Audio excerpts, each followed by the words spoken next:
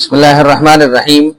یہ ایک ساتھی نے سوال کیا ہے کہ قضا حاجت اور غسل کے وقت کس طرف منہ کرتے وقت کون سی سمت ہونی چاہیے؟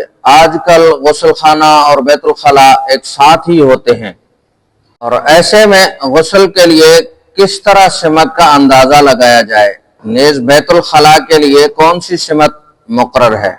تو اس کا جواب سن لیجئے کہ قضاء حاجت کے وقت نہ تو قبلے کی طرف منہ ہونا چاہیے اور نہ قبلے کی طرف پیٹھ ہونی چاہیے۔ قضاء حاجت کے وقت قبلے کی طرف منہ یا پیٹھ کرنا مکروہ تحریمی ہے، یعنی حرام ہے۔ غسل کی حالت میں اگر غسل بالکل برہنہ ہو کر کیا جا رہا ہے تو اس صورت میں قبلے کی طرف منہ یا پیٹھ کرنا مکروہ تنزیہی ہے، بلکہ رخ شمالاً و جنوباً ہونا چاہیے۔ اور اگر سطر ڈھانک کر غسل کیا جا رہا ہے تو اس صورت میں کسی بھی طرح رخ کر کے غسل کیا جا سکتا ہے۔